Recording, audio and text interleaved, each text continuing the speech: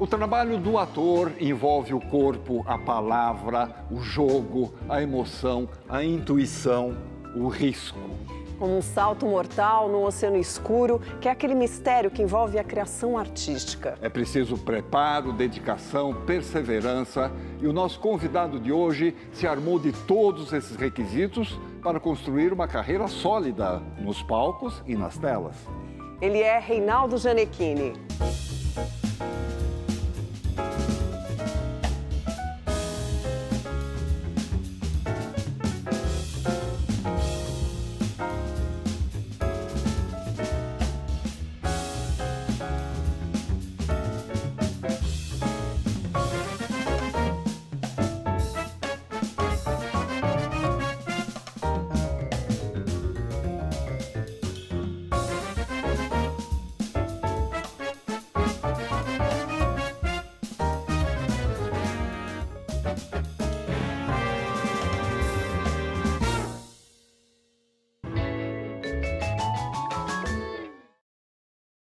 Gianecchini, é um prazer te receber aqui no programa. Seja muito bem-vindo, Gianecchini. Olha, o prazer é todo meu. Estou muito feliz de estar aqui. E obrigado pelo convite. Me sentindo especial. A gente que agradece por você.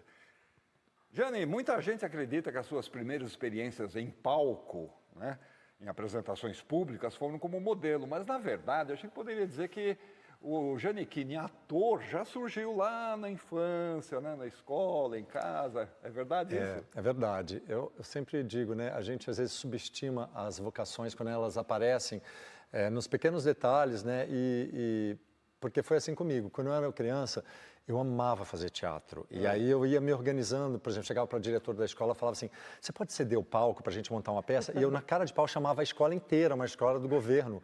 E aí a gente montava peça para 500 pessoas, 1000, todo dia ia assistir a gente. Depois, na prefeitura também fui, bati lá na secretaria e pedindo para eles apoiarem o nosso grupo de teatro, e a gente montou um grupo na cidade, eu e meus amigos, né? Não era só eu, mas... E aí eu montava sempre autos de Natal ou peças em casa, construía palco de verdade, com madeira, assim, fazia um palco e chamava a vizinhança inteira. Então, assim, eu já me movimentava muito. Mas eu não imaginava que seria uma profissão, olha que engraçado, né? E aí eu subestimei aquela primeira vocação. Era uma brincadeira, né? Achava que era uma coisa ali divertida. E eu tinha um mundo de imaginação tão gigante, eu lembro, quando eu era criança. Eu lembro muito, assim, eu ia muito para a roça, né? Eu sou de família que tem fazenda, bem rústico mesmo. E eu, quando eu estava no meio da natureza, e eu ficava muito sozinho, eu gostava de ficar sozinho, a minha imaginação ia tão longe. Eu lembro tanto de um contato meu, assim, com esse mundo mais mágico. Aí eu assistia muito o Sítio do Pica-Pau Amarelo, por exemplo, que fazia assim, né, com o mundo da fantasia na minha cabeça. E aí, hoje em dia, eu lembro e falo, cara, quem me dera resgatar aquela magia da criança para o trabalho atual de ator, porque a criança é o melhor ator do mundo, porque ele acredita nessa fantasia que ele vive, né? E eu lembro muito disso, de eu vivendo muita coisa de verdade. Por exemplo, eu brincar de hoje eu vou ser o super-homem. Eu sou naquele momento super-homem. Não é que eu estou fingindo ser, a criança acredita, né? E acho que esse resgate para o trabalho de ator é tão bonito. Você nasceu em Birigui, né, interior paulista, próximo a Araçatuba, e seus pais eram professores. O fato de ser filho de professores também te fizeram acreditar que você seguiria carreiras bem distintas, né, da que você seguiu. Exatamente. Eu fui muito criado para ser um bom aluno, né, e de preferência passar nas escolas públicas, nas faculdades públicas, na USP. E aí, quando você pensa nisso, nunca me passou pela cabeça, por exemplo, fazer artes cênicas. Era uma coisa que lá no interior, naquela época, não era, acho que uma cogitação, assim, essa profissão de ator, não sei, eu não tive essa... Justamente como você falou, eu fui criado para ser, sei lá, um advogado ou um médico, né, passar nessas profissões que são as mais conhecidas. Tradicionais, né? E aí eu tinha um sonho também que eu sempre fui uma criança que queria ir para o mundo. Desde muito criança, eu, ao contrário da minha família, que é toda arraigada no interior, eu queria ir para a cidade grande, e não só a cidade grande, eu queria sair fora do país, porque eu sempre quis ampliar os meus conhecimentos, ampliar a minha cabeça, meu horizonte, para poder entender um pouco mais de tudo e mais de mim. Era uma criança já muito focada nisso. Então, a minha primeira ideia foi ser diplomata. Então, foi por isso que eu vim para São Paulo fazer Direito, né? Eu sou formado pela PUC. E é isso, correspondendo... Você veio com que idade? Eu vim com 18, quando eu terminei o colégio. E aí eu passei no vestibular e vim para São Paulo. achando que eu ia seguir essa carreira diplomática. E aí, no primeiro ano de Direito, eu já entendi que aquela não era minha. Mas você chegou a se formar em Direito. Eu me formei porque eu sou muito Você é um Caxias. advogado formado? Eu sou, assim, eu nem tirei a OAB, nada, assim, eu nem peguei meu diploma, pra você ter uma ideia, assim. Eu realmente entendi que não era a minha parada, mas eu quis me formar. Mas como a vida é cheia de surpresas, foi justamente por conta de uma festa aí do curso de Direito que você conseguiu um emprego que te faria realizar o sonho de viajar pelo mundo. Mas não como diplomata, como modelo. Exato. Então dá uma olhada num quadro que a gente preparou para você. Nos reinados da Europa, a moda refletia o status e poder das classes dominantes, com membros da nobreza ditando as tendências que seriam copiadas pelas classes sociais menos abastadas. Nessa época, as criações da moda eram divulgadas com ilustrações detalhadas e, dessa forma, se popularizavam. Com o advento da fotografia no final do século XIX, surgiu a profissão de modelo fotográfico, que permitiria uma apresentação mais viva e realista das vestimentas. Em paralelo, surgiriam também os desfiles de moda, eventos exclusivos que eram realizados em salões privativos da alta costura, nos quais homens e mulheres com boa postura e elegância serviam como modelos para apresentarem as criações. E assim, tanto a fotografia como os desfiles foram se popularizando e ganhando as passarelas e os editoriais de moda. Modelos profissionais logo receberiam o status de grandes ídolos. E nosso Reinaldo Gianecchini foi um desses profissionais da moda, reconhecido internacionalmente antes de se revelar como ator.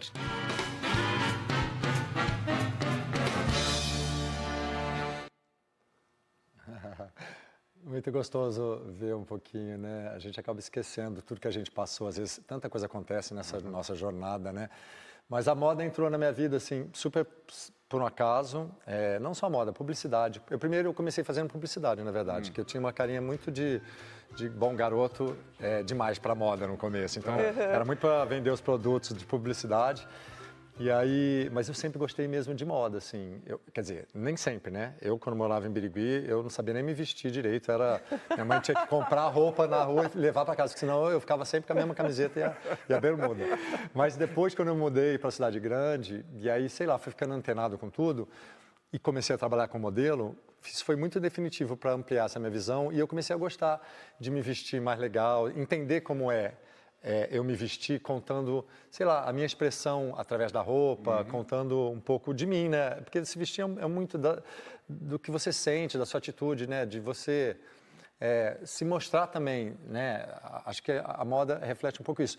E eu comecei a curtir o trabalho desses gênios da moda, né? Sim. Tanto os fotógrafos de moda, os estilistas, e até os modelos, comecei a analisar bastante, assim. E aí hoje em dia eu gosto bastante, sem ser escravo da moda, mas assim, eu aprecio muito a moda, assim. E você despontou nos anos 90, onde os desfiles estavam nessa efervescência aqui no Brasil, Sim. né? Foi esse momento, né? Foi esse momento, tinha aqueles grandes modelos, né? Principalmente as mulheres, a época de todas elas, né? E depois eu comecei a trabalhar, eu lembro até com a Gisele, por exemplo. Eu peguei muito o comecinho dela e a gente se encontrou em vários lugares do mundo quando eu trabalhava, eu já vi ela despontando também. Foi muito lindo de ver, assim, aquela época florescente das modelos, e ela é uma exponente tão importante, né, no mundo, né? Agora, curiosamente, apesar do teatrinho que você fazia na escola, em casa, tal, você disse que era muito tímido e que não gostava nem de ser fotografado. Como é que você conseguiu superar essa timidez, desfilar na passarela, tirar fotos de publicidade? Meus amigos de infância e minha mãe, assim, meu pai nunca acreditaram que eu... Como assim? Você virou modelo, assim? Realmente, eu não tenho foto. Eu não tenho foto assim, eu tenho foto de criança porque me pegavam no colo e tiravam, mas depois de adolescente, eu não deixava ninguém tirar foto, assim. Olha não curtia. Só. Mas é engraçado, porque, então, e eu era muito tímido, de verdade. E aí, trabalhar com teatro foi me abrindo muito, impressionante. Hoje em dia eu sou um tagarela, assim, eu gosto muito de me comunicar. Mas isso veio muito, acho que o teatro me deu essa vontade de me comunicar, de me fazer mais expressivo. E aí o negócio da foto também acho que veio com com o trabalho de modelo, assim, por quê? Assim, na verdade, hoje em dia eu gosto de foto e tudo mais. Por quê? Porque tem uma máscara também, né? Você veste um personagem, aí é totalmente diferente. Se você me perguntasse, eu não fico tirando foto minha à toa, mas no trabalho eu amo trabalhar com uma equipe que quer criar uma imagem, que tem um conteúdo ali legal, principalmente com gente que tem uma visão assim bacana sobre um olhar bonito, né? Porque acho que a foto também é um olhar bonito sobre as coisas, né? Então, quando você encontra um time legal, eu tenho muito tesão, assim, de trabalhar com isso. Quando Hoje em tem dia eu uma adoro. proposta boa, né? Exatamente, criar um olhar, né? Assim como a tua capa mais recente de uma revista, onde está causando um furor, né, Gianecchini? Porque é isso, Então, é um trabalho que tem exatamente tudo isso que você está dizendo. Exatamente. Esse trabalho que você está falando, por exemplo, me deu muito prazer de fazer. Eu ajudei até a produzir. A gente foi falando sobre tudo, como a gente queria, chamamos os melhores profissionais para aquilo. E é isso, eu estou fazendo uma personagem que é uma drag, né? Acho que a gente vai chegar lá ainda. Mas aí eu queria retratar esse universo, mais como uma homenagem mesmo a essas personagens drag, esses artistas, né? E aí a gente queria ir fundo nesse olhar, não um olhar superficial. E aí esse olhar fundo é você encarnar mesmo essa drag com tudo, né? Com aquele monte de maquiagem que transforma o rosto, aquele figurino. E isso me dá muito, muito prazer de fazer, assim, quando você cria esse olhar de verdade sobre esse personagem. Então, na verdade, quando você põe uma máscara, aí eu me solto muito, porque é isso, é um personagem, né? Agora, a gente tem alguns recados para você, de companheiro seu de vida, de trabalho, tal. O primeiro deles é de alguém com quem você trabalhou muito nessa época dos desfiles e tal, e que de vez em quando ainda trabalha. Quem será? Olha, há muitos anos atrás, numa das edições do São Paulo Fashion Week, eu queria muito, muito chamar o Gianecchini para desfilar. Mas ele, acho que morava em Paris na época, tinha muita dificuldade. Eu não conseguia, porque geralmente ele tinha outro trabalho, geralmente não estava no Brasil. Aí eu desisti. Aí um dia a agência dele me ligou e disse assim: Lino, o Gianecchini perguntou por que você não chama ele para desfilar. Eu disse: como assim? Se eu chamo sempre, sempre quis. Não, porque ele quer muito desfilar para você. Eu digo: mas o maior prazer que eu vou ter é ele desfilando para mim, imagine. E assim foi feito, e assim continuamos por um bom tempo, ele desfilando, abrindo o desfile, tendo destaque no desfile. E ele era aquele cara ele é muito calmo, ele é muito tranquilo, mas o que você colocar para ele fazer, na época, ele fazia, sabe? Inventava umas coisas, umas roupas estranhas, uma coisa assim. Era muito, muito, muito legal. E ele embarcava na história mesmo, com vontade, com cabeça.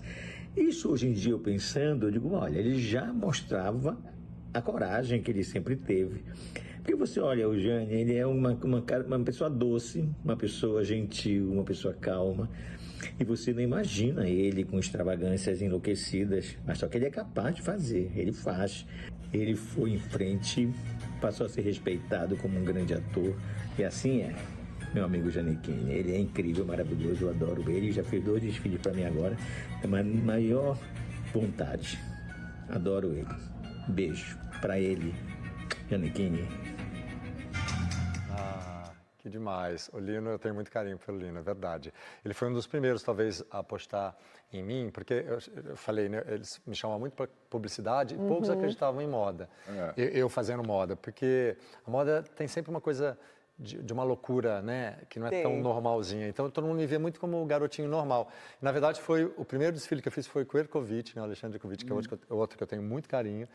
E aí, a partir dali, muita gente me viu e começou a me chamar para a moda. E o Lino foi, acho que, o primeiro grande destaque que eu tive, assim, na moda aqui no Brasil, porque, é como ele falou, eu tinha muita vontade de fazer os desfiles dele, porque é sempre muito teatral, e aquilo já me atraía muito. Ele cria sempre personagens na passarela, com as roupas dele que são sempre muito extravagantes. Nunca é muito normalzinho, né? Entrava na passarela, embarcava numa historinha ali, muito legal. Eu tenho muito carinho pelo Lino, até hoje. Tudo isso eu falo, se você me chamar até hoje, eu faço seus desfiles. Se eu puder, eu estou sempre lá na sua passarela. Agora, em meados dos anos 90, você acabou ficando fora do Brasil por 2 anos, né? Vivendo do seu trabalho, em fotografias, desfiles, com apenas uma mala na bagagem. E diz que foi um período bem radical na sua vida, né? eu era muito jovem, né? Tinha lá, meus 26, 27 anos. E como todo jovem, às vezes o jovem tem uma coisa, não sei, eu falo por mim, mas eu percebo muito. Jovem às vezes é muito radical, né? Assim, embarca muito numas ideias que tem e vai. Nessa época era uma época que eu meditava muito. Eu medito até hoje, mas eu queria ter uma experiência, primeiro, saindo fora do Brasil e conhecer tudo. E eu entrei numa viagem de que eu queria muito também me conhecer mais espiritualmente. E aí, então, eu entrei nesse universo muito fechado de meditar demais. E imagina, eu fui cair no mundo da moda, que é o oposto disso, é tudo para fora, né? E aí eu lembro que eu ia nos castings, tudo, levava um livro e ficava assim muito fechado, parecia um ET no meio daquelas pessoas. Então foi uma fase um pouquinho radical, que foi interessante também. Eu precisei talvez estar muito em contato comigo e me ajudou talvez também no trabalho, porque fazia eu ficar muito muito focado no trabalho. Mas eu era muito jovem e aí eu podia, hoje em dia, cara, eu morava na Europa, eu podia ter aproveitado muito, viajado muito, ter ido a festas. E aí eu não fiz, e eu faço isso agora, depois de velho, que eu volto para a Europa, eu falo, agora sim eu estou podendo curtir. Mas foi uma fase interessante também, e quem me tirou assim dessa fase de imersa demais em mim foi a Marília. Foi ali que eu conheci a Marília, na França, né, em Paris. E aí a gente começou a se encontrar e aí eu meio que, enfim, saí desse transe que eu estava e casei. Percebeu, né? que tinha um outro mundo. Existia um outro mundo. Aí eu fui viver outra realidade. Então, aí, final dos anos 90, né? Você acabou encontrando um outro destino aí, inspirado no ofício que arriscamos em dizer, que já vinha lá, despontava lá na sua infância, tal, que era o teatro, né? Depois do intervalo, vamos falar sobre isso? Oba, vamos. Voltamos já com o Reinaldo Gianecchini.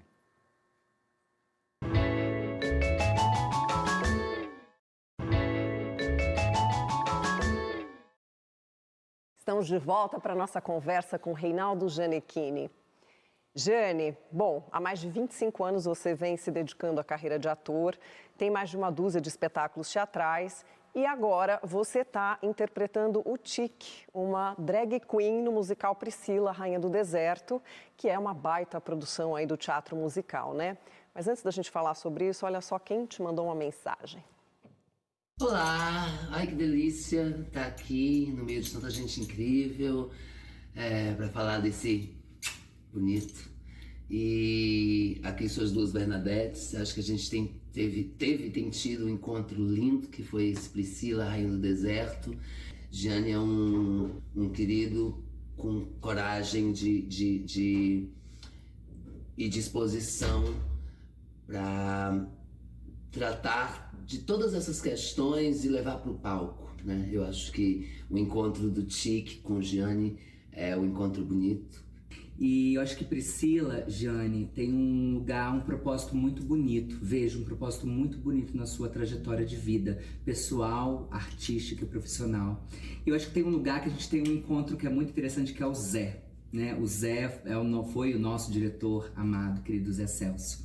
Eu acho que tem um lugar que é se desmascarar, né? De todas as máscaras sociais e das responsabilidades que nos cobram, né?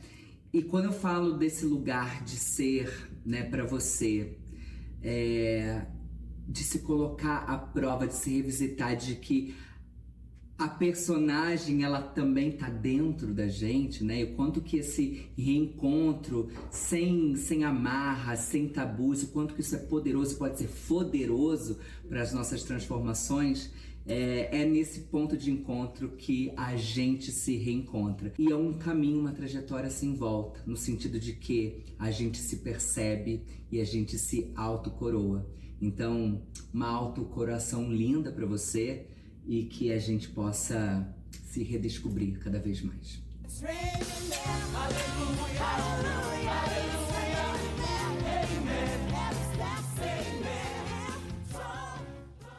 Ai, que linda, essas minhas parceiras tão especiais, tão lindo de estar com elas, dividindo essa história que fala tanto de tudo, né? Da inclusão, da gente se sentir pertencente, da gente se sentir potente, dentro da nossa verdade, a peça é sobre isso. E tão lindo ter essas duas mulheres trans, né, travestis, ocupando esse espaço.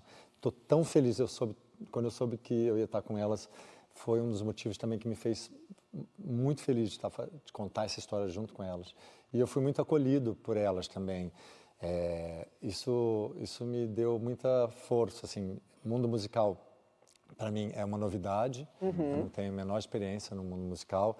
É um mundo bem particular, né, onde a técnica conta muito, né, assim, e eu não tenho, estou longe de ter a técnica deles, mas eu quis entrar muito com a minha visão de ator, porque o meu personagem é para um ator, na verdade, ele é um ator que canta.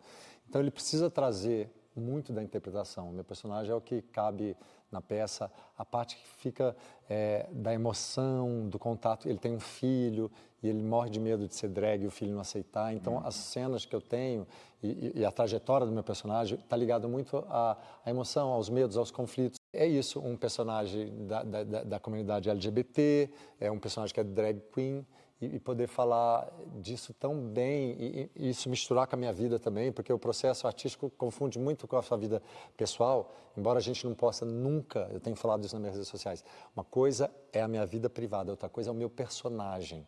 E são duas coisas, né? O seu trabalho de personagem e a sua vida, mas a gente empresta muita coisa sempre que a gente vai fazer um personagem. E claro que a gente tem que trabalhar muita coisa dentro da gente, né?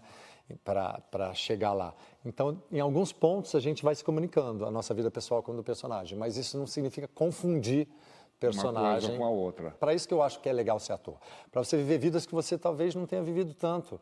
Antes do Priscila, você já havia feito um gay republicano, Minha herança. de direita, Sim. exatamente, na herança. As minhas e você escolhas... disse que foi um personagem que foi muito importante naquele momento. Foi muito importante. É uma peça inacreditavelmente linda. Essa peça eu aceitei fazer e ajudei também a produzir, a levantar, porque eu queria contar essa história e eu nem era o protagonista absoluto, eu queria contar essa história porque eu achava muito importante. Então foi uma escolha muito pensada, assim, a minha carreira, depois principalmente que eu parei com o meu contrato com a Globo e eu posso agora ter a liberdade de escolher o que eu quiser, porque eu não tenho contrato fixo com nada, tem sido pautada a minha carreira em escolhas assim que talvez me levem para lugares mais pensados do que eu quero falar, de como eu quero me comunicar, de que processo artístico e pessoal eu quero viver para aprender e para também levantar o olhar das pessoas e o meu olhar sobre aquilo que eu estou vivendo, né, no trabalho artístico. Bom, muito bem, vamos voltar lá para o final dos anos 90, né? Então, num certo momento, você resolveu aí encarar a vida de ator, né? Qual que foi o fator aí que fez você falar, vou mudar de rumo agora? Eu quis realmente achar uma profissão, porque eu já estava começando a achar que ser modelo já não era mais o suficiente para mim. Principalmente porque eu estava sentindo que eu não estava trabalhando tanta coisa que eu queria trabalhar, sabe? A minha criatividade, até a minha inteligência mesmo, assim, o meu lado racional. A profissão de modelo não me estava dando margem para trabalhar com isso. E aí eu estava amando a minha vida de morar no mundo, porque finalmente eu consegui ser aquele cidadão do mundo que eu me programei para ser, só que eu não estava tudo lindo nesse sentido, mas não estava lindo no sentido de ficar preso nessa profissão de modelo. E eu entrei num conflito gigante, porque assim, eu queria continuar fazendo isso, morando fora do país e continuando a absorver todo o conhecimento que eu estava tendo. E aí eu até pensei, claro, vou parar em algum lugar fazer uma arte cênica, que era a única profissão que eu pensava. Cara, se eu não... Por que eu tenho que começar a estudar para ser alguma coisa? Porque daqui a pouco vai ficar tarde demais para eu começar uma profissão. E aí eu falei, só vinha na cabeça, ok, acting, vamos, é a profissão de ator. E aí eu pensei, cara, eu acho que vou parar em Nova York, já que eu trabalhava bastante lá, e fazer uma escola daquelas geniais que tem. E na época, quando você para num lugar, por exemplo, o modelo fica fixo num lugar, acabou a fonte de renda, né? Porque a fonte de renda do ator é trabalhar aqui e ali. Eu trabalhava muito na Alemanha, na Europa, Japão. E aí, quando eu parei em Nova York, acabou minha grana, né? Nova York é o mercado mais difícil para trabalhar como ator. É mesmo, né? Porque tem gente do mundo inteiro lá e assim, é muito difícil você entrar. E aí, eu que queria estudar para ser ator lá, fui ver, o curso era caríssimo e eu não tinha dinheiro, porque eu tinha que parar de trabalhar como ator, como modelo. Enfim, entrei numa crise e foi aí que eu decidi voltar para o Brasil. Me sentindo muito fracassado. Falei, fracassei, então, ok, meus planos não deram certo. vamos voltar para a estaca Volta pra zero, casa. volta para casa. E a única coisa boa é que eu tinha a Marília, na época a gente estava se conhecendo e curtindo muito de ficar junto. E aí eu falei, pelo menos, ok, eu vou voltar. E aí casei com a Marília. E aí voltei assim, foi uma coisa gostosa também, porque tinha um lado bom de voltar para o Brasil, porque o resto, para mim, tudo parecia fracasso, né? Mas o que tornou, virou, na verdade, a melhor decisão que eu podia ter feito, porque foi aqui que tudo aconteceu. Então, aí como você ator. entrou no Teatro Oficina. Não Exatamente. Foi nesse momento que você vai para a Oficina, entrou no elenco de 2 peças dirigidas pelo Zé Celso. Mas antes de você falar sobre isso, a gente fez um quadro sobre o Zé. Especial. Zé Celso Martinez Correia foi uma das figuras mais emblemáticas da contracultura, do movimento tropicalista e das artes brasileiras. Foi o idealizador e fundador do Teatro Oficina, onde se materializaram espetáculos inspirados na antropofagia modernista e baseados na inovação formal. Montagens como O Rei da Vela, de Oswald de Andrade, e Os Sertões, de Euclides da Cunha, dentre tantos outros, muitos deles encenados na grande passarela idealizada pela genialidade de Lina Bobardi, se tornaram marcos inquestionáveis do nosso teatro. Ousado, polêmico, antropofágico, Zé Celso agregava em seus espetáculos elencos enormes e construía encenações mirabolantes que encantavam e muitas vezes desconcertavam público e críticos. Ao morrer tragicamente em 2023, esse guerreiro da cena brasileira deixou o seu nome para sempre na história do nosso teatro.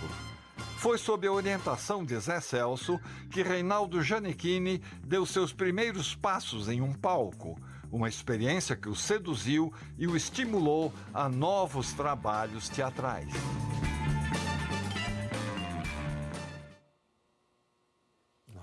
Nossa, o que falar de Zé Celso, né?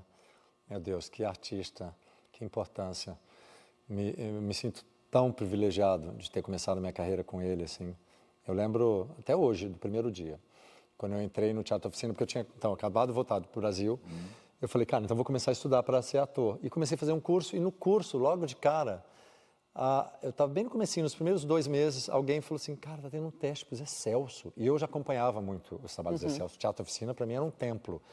Eu sempre fui muito ligado em teatro, né? E aí, quando eu soube que tinha tendo um teste lá para substituir alguns atores em Cacilda, eu falei, imagina que eu posso fazer esse teste, gente, eu não estou preparado ainda. E aí o cara super me estimularam, falaram, vai que ele gosta de você, mostra aí que você está com vontade de fazer uma coisa. E ele é isso mesmo, ele gosta de gente que se joga, não importa que você não tenha experiência ainda. E assim foi, e eu fui, e eu fiquei uma tarde inteira ele me dirigindo ali, inesquecível esse dia. E aí no final ele falou assim, eu quero você para esses papéis. E aí eu estreiei em Cacilda, que era uma peça que eu já tinha assistido, tinha ficado hipnotizado, uma das coisas mais lindas, uma peça de 5 horas, não sei se vocês viram, coisa mais linda. E aí alguns atores não podiam viajar com a peça, e aí eu entrei para substituir, e a minha estreia então foi em Porto Alegre, minha estreia profissional, o primeiríssimo dia num palco profissional, ao lado do Zé Celso. Ali eu tinha certeza que eu ia ficar a vida inteira, eu falei, cara, Teatro Oficina é a minha praia, agora é isso. E aí ele me chamou para fazer o próximo trabalho dele, que foi o Boca de Ouro, de Nelson Rodrigues. Foi a coisa mais linda. Agenor, né? Hã? Agenor? Eu fazia o Agenor, exatamente. E aí foi um prazer tão gigante. O Zé foi muito responsável por eu ter a certeza dessa profissão. Eu lembro de eu sair desse dia da oficina, assim, completamente passado, assim, falando, meu Deus, é isso. Eu quero ser ator. Eu já intuía isso, mas ali eu falei, eu quero ser ator e ator do Teatro Oficina, né? E só uma curiosidade, depois, logo em seguida, eu fiz o Boca, e eu vou contar para vocês, mas aí eu saí para fazer novela, contrariando até mesmo a mim mesmo, porque eu nunca imaginei que eu ia largar a oficina para fazer televisão, novela, que na época eu nem gostava de novela, mas eu nunca mais tive coragem de voltar na oficina depois disso. Porque eu não conseguia lidar com o meu emocional de rever o Zé, de rever aquela turma, de não estar lá. Sei lá, eu não sei nem o que se passava na minha cabeça, mas eu fiquei 20 anos sem entrar na oficina. E aí eu fui chamado para fazer um documentário com ele. Você reencontra o Zé Celso em Fedro. Em Fedro, 20 anos depois. E realmente a gente só se encontrou quando ligaram as câmeras e a gente ficou um dia inteiro preso num apartamento, conversando. E ele me dirigindo e a gente falando sobre tanta coisa importante. E foi muito especial fazer esse documentário com ele. Você disse que foi um tapa na sua cara. Foi muito. Ali muita coisa mudou. Para eu entender melhor essa minha liberdade, assim, ou melhor, entender melhor as minhas amarras, né? Onde eu não estava podendo ser tão livre. Claro que para chegar naquela liberdade do Zé Celso, talvez nunca chegue. É difícil, aquilo né? é para poucos. Ele era um cara muito solto mesmo, né? Sem amarra nenhuma. Que é muito lindo de ver. Ok, essa era o caminho dele, a história dele, né? Não precisa ser igual de todo mundo, mas se ele pode realmente tocar cada um, eu acho que o grande artista é aquele que te toca e faz você rever coisas, né? Faz você ficar tão... A liberdade, a expressão artística é uma coisa tão bonita e tão forte, né? Que ela tem esse poder, eu acho, de fazer, às vezes inconscientemente, a gente entender coisas, a gente entrar em contato com lados nossos, né? O Zé Celso fez muito isso comigo. De uma forma afetiva, né? Exatamente. Agora, foi por conta da sua participação na peça Boca de Ouro, você estava falando, dirigida aí pelo Zé Celso, que pintou o convite, então, para o seu primeiro trabalho na TV. E você já entra como protagonista, contracenando com a grande estrela da época, Vera Fischer. Né? Como é que ficou a cabeça de um ator ainda estreante na televisão, principalmente, né? Com uma responsabilidade desse tamanho? Loucura. Esse ano de 2000, 99 para 2000, foi o ano mais louco da minha vida, provavelmente, assim. Tudo virou de cabeça para baixo, no sentido, assim, de que tudo foi reformulado na minha vida, assim. É quase como se eu tivesse nascido de novo. Porque eu comecei a encarar um desafio gigante, né? Fazer novela, fazer televisão, mas novela, principalmente, sem experiência nenhuma. É um trabalho bastante corajoso. Eu fui muito corajoso de ter aceitado, porque ali não tem tempo para nada, ninguém tem tempo para te ensinar nada. É uma máquina de fazer cenas e se você não tem experiência, realmente você pode dançar. Eu podia ter sido execrado pro resto da vida ali. Mas eu tinha muita vontade de aprender, né? E aí quando eu soube que era para fazer, então, foram no teatro me ver, no Zé Celso, me chamaram para fazer o teste para essa novela. E aí eu, de cara, falei, cara, não quero, acho que eu não quero sair daqui e não quero fazer novela. E aí eles me convenceram quando falaram, cara, mas é para fazer par com a Vera Fischer. Aquilo me chamou, eu falei, como assim? Eu achei tão louco, né?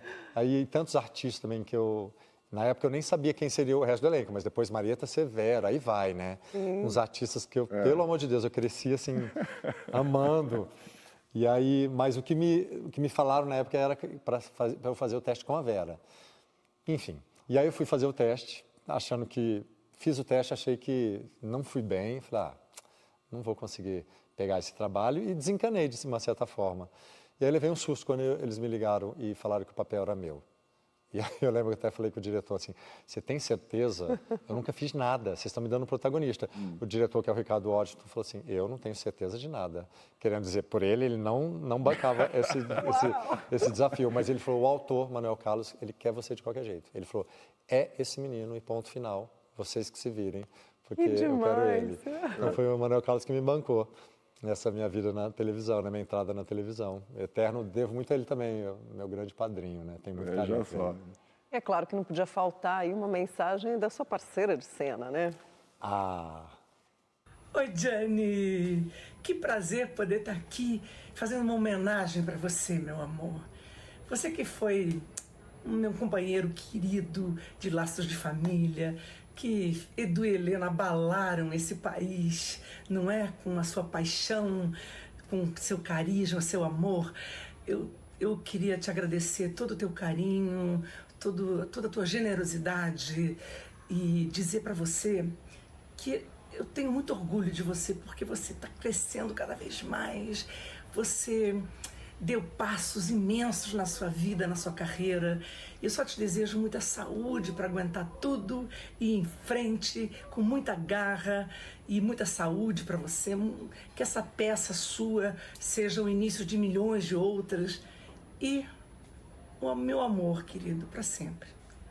Beijos do fundo do coração.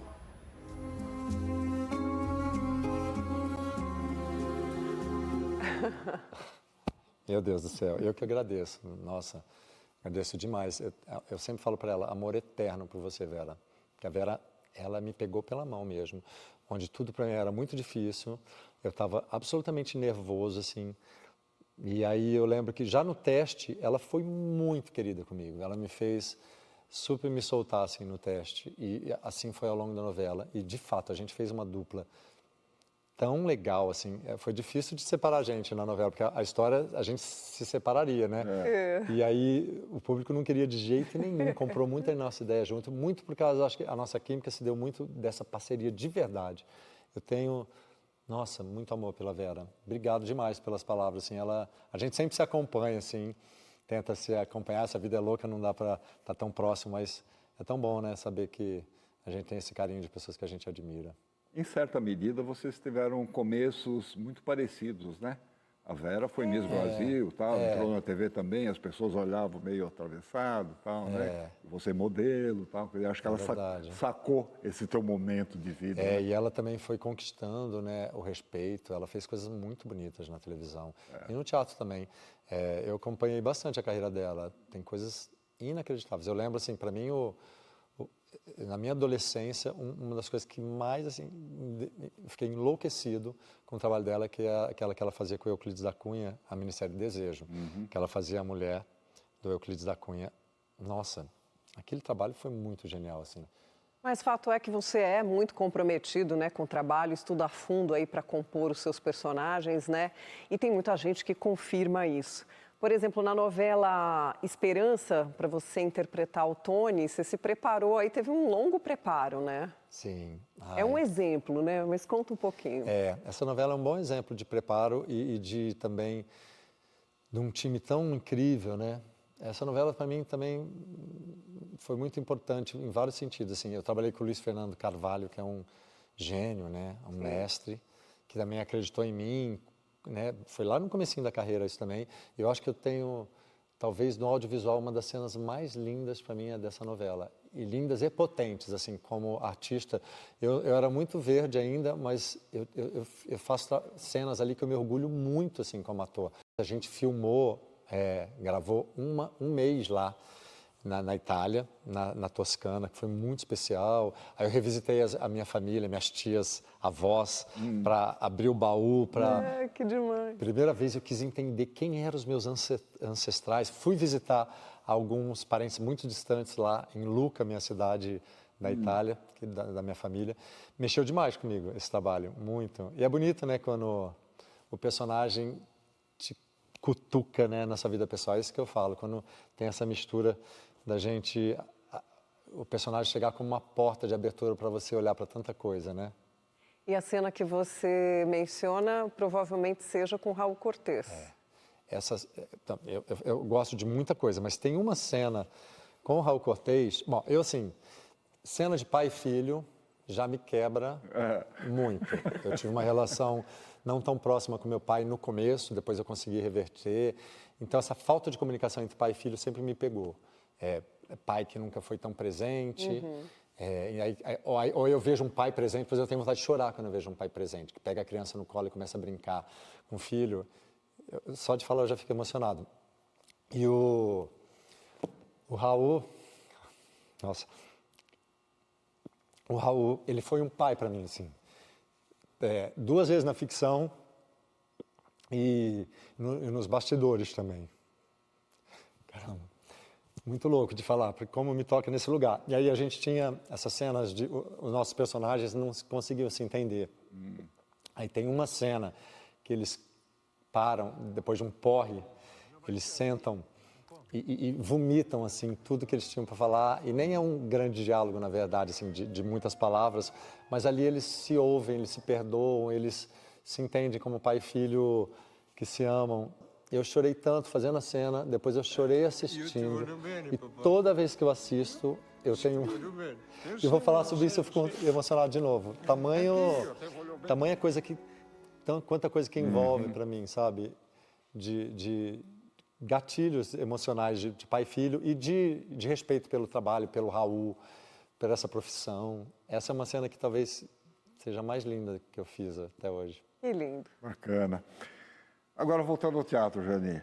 Depois das suas primeiras experiências aí com o Zé Celso, você atuou em O Príncipe de Copacabana, uma peça que foi sendo construída durante o processo, né, de ensaio. E aí você estava sendo dirigido por um outro mestre do teatro, uma linha completamente diferente, que foi o Gerald Thomas. E ele mandou uma mensagem para você. Olha. Oi, Jani. Que bom te ver e estou te acompanhando. Você já foi o príncipe, né, de Copacabana e agora você é o rei e a rainha das transformações. E eu estou gostando de ver.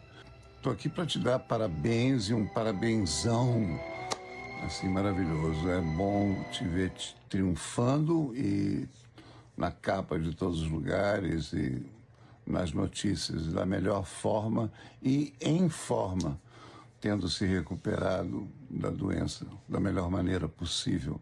Então você está de parabéns. Eu estou amando o teu sucesso. Realmente estou vibrando com o teu sucesso, Johnny, da melhor maneira possível. A gente teve aquele encontro profissional em Príncipe de Copacabana há 24 anos atrás. Um tempo enorme, né? O tempo de uma vida de uma pessoa, 24 anos. Então, querido, um super beijo, um beijo enorme daqui de Nova York. Fica bem e triunfe, coisa que eu não preciso dizer para você, você triunfa de qualquer jeito. Um beijo enorme, queridão. Tchau, tchau. Para justificar o relevo e a nitidez da nova verdade.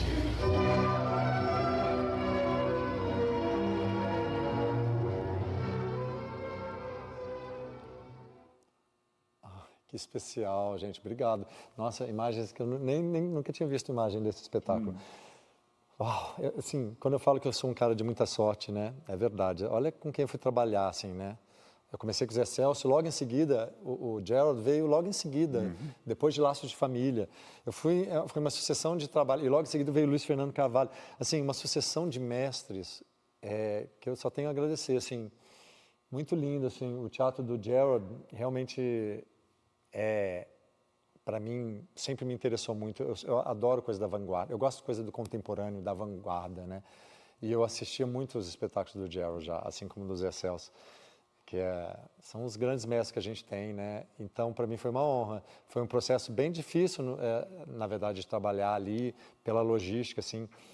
Ia aparecendo muito aos poucos o texto, era um work in progress, eu lembro, porque aquilo deixou a gente meio piradão, principalmente para um jovem ator, né? Mas agora que a gente olha, assim, vê a trajetória, vê quão foi especial, né? Eu sempre vou admirar o Gerald Thomas, sempre, até hoje, busco ver as coisas dele e tenho muita gratidão.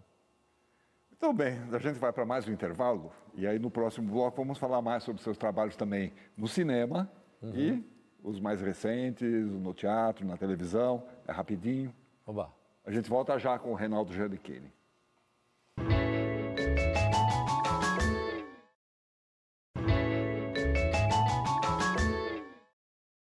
Pronto, estamos de volta para continuar o nosso bate-papo com o Reinaldo Giannichini. Gianni, você estreou no cinema com o filme Avassaladoras, da Mara Mourão, mas depois você fez alguns outros, vieram o Divan com a Lília Cabral, O Meu Amigo Hindu com Hector Babenco, né? O último filme dele. Uma das suas parceiras mais constantes, não só no cinema, como também na TV, também te mandou uma mensagem. O Gianni, ele é um ator tão surpreendente, talentoso, dedicado, um cara com tantas habilidades e tanto profissionalismo, né? Isso faz ele se destacar em cada papel que ele interpreta, um ator que constrói uma caminhada inspiradora, fora que é um super amigo, bom caráter, generoso, e a gente já teve momentos incríveis trabalhando juntos e principalmente dando muita risada, nos divertindo. É um verdadeiro parceiro. Não vejo a hora de mais um reencontro, né, Gianni? Amo você. Sou louca por você.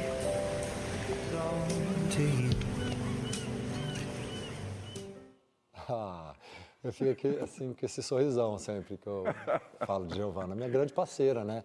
Virou uma grande amiga que a gente sempre fala, às vezes a vida corrida, né? A gente não pode estar tão junto, mas assim, é aquela tipo de parceira que está sempre um dentro do outro, assim, sabe? E a gente se divertia muito sempre fazendo, muito. Eu lembro, assim, por isso que eu fico com vontade de rir, porque assim, quando eu penso nela, eu penso estar com ela rindo, tirando sarro das situações hilárias que a gente sempre divide. Tinha uma leveza nas gravações. Leveza, Que bom. Você disse que a novela Belíssima foi aí um ponto de virada na sua carreira, porque foi um trabalho ali onde você descobriu essa veia cômica também, né? Quando você fazia o papel do mecânico Pascoal. E era uma reversão também da expectativa do público, né? Que estava acostumado com o papel de galã, né? Exatamente. Foi um turning point na minha vida, eu acho. Foi ali que... Acho que ninguém nunca tinha pensado em mim para fazer comédia ou fazer um personagem que é num outro tom, né? Que não tão realista. E ele veio muito na hora certa pelo Silvio de Abreu, que é o cara que mais apostou em mim também. O Silvio, é outro que eu tenho um carinho gigante. Realmente, ele apostou em mim quando ninguém apostava para comédia. Depois ele me deu também o primeiro vilão, foi em Passione, que era um cara terrível. E ninguém pensava em mim para isso, né? Ficava sempre no galanzinho, mocinho. E ele veio lá e me chamou a fazer o Pascoal de Belíssima. E foi numa época perfeita, porque eu tinha acabado de fazer uma pausa na minha vida. Eu estava exausto depois de fazer Da Cor do Pecado, que eu fiz Gêmeos. Eu tive que dar uma parada que fisicamente eu não estava aguentando e eu também não estava... Eu precisei de uma pausa para absorver o que tinham sido esses 6 anos primeiros de profissão, onde eu emendei uma coisa na outra e nunca tive um dia de folga. Depois desses Gêmeos, eu falei, cara, agora meu corpo pediu arrego e eu preciso dar um tempo até na minha cabeça. E aí eu fui para Los Angeles estudar. E lá, eu não era o galã na minha turma. Né? Inclusive tinha gente linda, fazia lá, eu fazia com aqueles coaches maravilhosos lá que tem. Que foi a primeira vez também que me propuseram um método, que até então eu ia muito no intuitivo, fazendo workshop aqui, mas nunca ninguém tinha me ensinado um método. E eu queria... eu acho que o processo de criação sempre é meio caótico, não tem muito uma cartilha, mas existem métodos, né? Pessoas que fazem você entender como pode ser um approach mais detalhado. Né? Porque a gente fica ouvindo falar de Stanislavski a vida inteira, método de Stanislavski, ok. Tá, na prática, como é que eu faço para traduzir o Stanislavski aqui no meu dia a dia, quando eu pegar um texto? Cadê o Oi, Stanislavski, cadê você? Como me ajuda aqui? E aí, nos Estados Unidos, me propuseram esse método, né? Então, foi incrível. Eu fiquei 10 meses lá, estudando muito, fazendo aula de canto, de dança também, me sentindo estudante de novo, que era muito legal, porque eu tive lá dessa loucura no Brasil de virar uma pessoa pública, que você quase não pode sentar num banco para observar as pessoas, que é a matéria-prima do ator, é observar, né, todo mundo.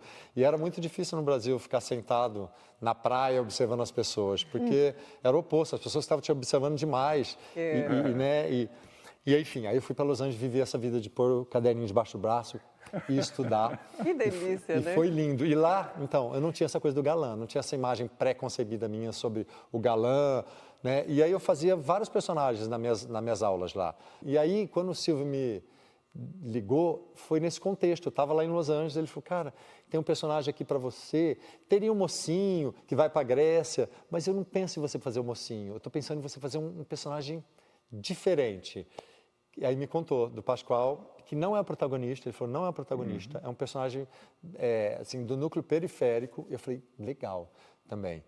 Porque aí eu faço só uma parte. Eu acho que talvez os personagens que eu fiz coadjuvantes foram tão bons que talvez foram os que mais se destacaram na minha carreira, foram os coadjuvantes. Engraçado. Me abriu essas portas, então eu acho que é um divisor de águas. É um divisor de água, né? Agora, em 2011, você estava no espetáculo Cruel do Strindberg e você fazia lá um vilão implacável, né? E a temporada teve que ser suspensa porque você teve complicações de saúde na sua vida, tal, foi uma fase difícil que você atravessou. Onde e em que você se apoiou para enfrentar essa fase? Olha, essa fase, para mim, veio como um grande desafio, né? Eu sou muito movido a desafio, assim, por exemplo, na minha carreira, na minha profissão. Engraçado que aí quando você encontra um desafio desse na sua vida pessoal, um desafio realmente de vida ou morte, né? eu tive um câncer que era muito agressivo e que eu tinha 6 meses para curar ou não sobreviver. Não era uma doença que ia se alastrando, eu podia ir curar com tempo, com bastante tempo, ficar uma vida curando, né? E aí, esses 6 meses foram inacreditáveis na minha vida. Foram 6 meses que eu parei tudo, foquei na minha recuperação, na minha saúde, no meu bem-estar físico e mental, na minha espiritualidade. Foi um momento que eu deixei de lado todos os brinquedinhos do meu ego, inclusive porque eu não podia, né? Então, foi aí que eu me apeguei, na verdade, na minha força interior e no que eu quero de verdade para minha vida. Eu pensava assim, quando eu recuperar disso, eu sei que eu vou recuperar, como vai ser? Quais vão ser as minhas prioridades? O que eu vou rever? Eu sabia que eu ia aprender muita coisa. E principalmente na arte, no meu trabalho, eu sabia que aquilo também ia me mudar de alguma forma. E de fato mudou. E o trabalho com certeza foi algo que me deu força e vontade de voltar, sabe?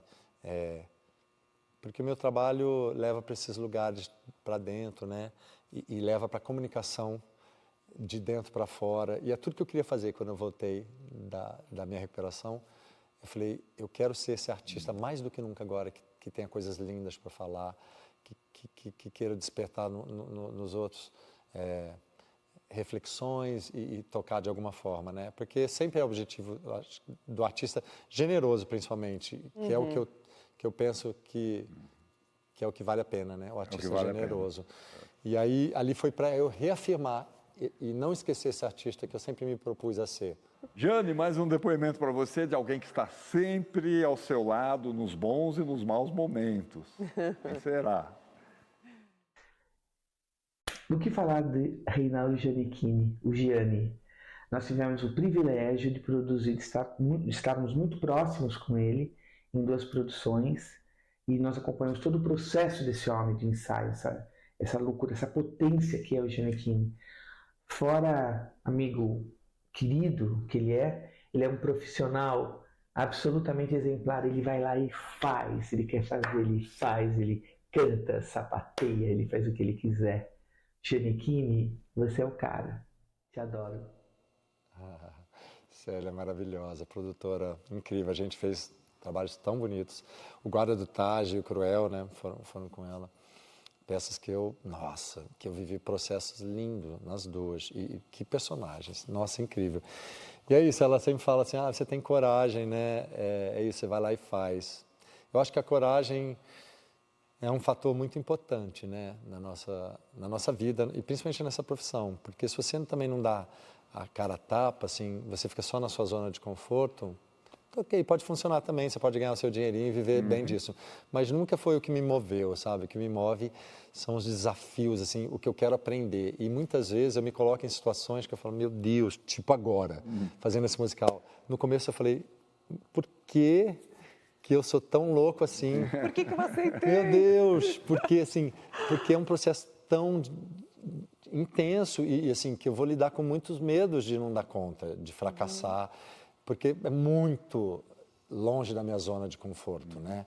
Mas é isso. Aí, hoje em dia que eu estou lá, eu estou muito feliz de ter bancado com coragem, assumir isso. Não sei fazer isso, mas quero aprender.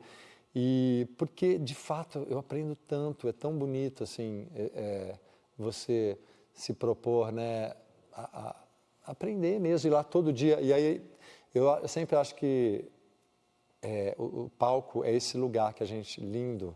A gente estava falando, o palco é assumidamente o lugar do ator. Que você falou, que é exatamente isso. Por quê? Porque o palco é onde é seu aquele espaço, não tem edição, ninguém vai meter a mão, assim, depois que você está lá no palco, é você tendo que estar inteiro, contando a história com o seu corpo, com a sua voz, ocupando aquele espaço, tendo a interação direta com o público, real, em tempo real, e a repetição de você todo dia ir lá e poder descobrir mais sobre essa profissão, mais sobre esse personagem, mais sobre como você lidar com essas ferramentas. É muito lindo, assim, é muito poderoso, assim, é o grande exercício do ator, de fato. Agora, Jane, você foi muito criticado no começo da sua carreira como ator. Aquela coisa, as pessoas diziam que apenas mais um rosto bonito, daqui a pouco vai sumir, né? Ninguém vai lembrar dele, coisa e tal. Os anos passaram, você se firmou, fez importantes trabalhos na TV, no cinema, no teatro principalmente, né? Ganhou reconhecimentos, ganhou prêmios e tal. O que você atribui ter construído essa carreira tão bem sucedida? A dedicação ao estudo, ao seu comprometimento, às boas escolhas? Eu acho que um pouco de tudo isso que você falou, mas basicamente a relação, né? Como eu falei, eu me sinto um operário. Essa profissão é isso, a gente é um operário. E operário, assim, por quê? Porque é muito trabalho por trás. Cada desafio que você topa, meu Deus, é muita relação, esse glamour não existe no dia a dia da gente, né? O trabalho de ator é incansável, assim, para você conseguir fazer bem feito. E, assim, geralmente a carga de horário é muito grande e o trabalho interno é muito grande. E, fora isso, eu sempre fui inquieto. Então, eu vou lá fazer minhas aulinhas, meus workshops, minhas pesquisas. Eu vou assistir todos os filmes de referência que eu quero. Eu sempre acho que nunca está bom o suficiente. Então, eu tenho essa coisa do incansável, que acho que é bom, mas, por lado, tem hora que eu falo, putz, mas também cansa, né? Mas eu sou de me jogar muito, então eu me considero muito um operário. Eu vou à luta. Jane, prazer te receber no programa. Foi uma delícia revisitar a tua trajetória, né? Ver aí a tua garra mesmo, como a Célia falou. E obrigada mesmo pela presença. E acho que você tem alguma coisa, né, para encerrar antes da gente encerrar. A gente queria primeiro agradecer por você ter aberto seu coração e sua alma aqui conosco. Fizemos um grande programa, sem dúvida nenhuma. Fizeram mesmo. Eu também quero agradecer também o espaço, essa homenagem linda, esses depoimentos, o que vocês trouxeram aqui. Obrigado por compartilhar um pouquinho da minha história, para a gente poder falar. Obrigado por me receber aqui. Então, você preparou, né? Ele preparou alguma coisa aqui para mostrar para a gente. Nós vamos já nos despedindo do público. Nos encontramos semana que vem. A gente se vê no próximo domingo e encerra com Gianecchini. Eu sou muito ruim de lembrar dos textos incríveis que eu li, sei lá, de tudo. Então eu vou falar uma coisa muito atual que tem me tocado, que é uma música que eu canto na peça, que fala de você mostrar suas verdadeiras cores, de você ficar feliz com a potência que você não ter medo de ser você mesmo. E na peça as personagens cantam para o meu personagem que ele não consegue ainda estar nesse momento de se sentir bem com ele mesmo. Então essa cena me emociona muito, essa música me emociona muito, então eu queria cantar um pouquinho, um trecho dela, e depois eu traduzir, porque ela é em inglês, eu queria traduzir também para quem não consegue saber direito em português. Então, diz assim: If this world makes you crazy and you've taken all you can bear, just call me up, because you know I'll be there, and I see your true colors shining through. I see your true colors, and that's why I love you. So don't be afraid to let them show. Your true colors are beautiful, like a rainbow, like a rainbow. Aí diz assim: se esse mundo te enlouquece e você deu tudo o que você pode suportar, me chama, porque você sabe que eu estarei lá e eu verei as suas cores reais brilhando dentro. Eu vejo as suas cores reais e é por isso que eu te amo. Então, não tenha medo de deixá-las aparecerem. As suas cores reais são lindas. As suas cores reais estão brilhando através de você. E eu verei as suas cores reais e é por isso que eu te amo. Então, não tenha medo. As suas cores são lindas, como o arco-íris.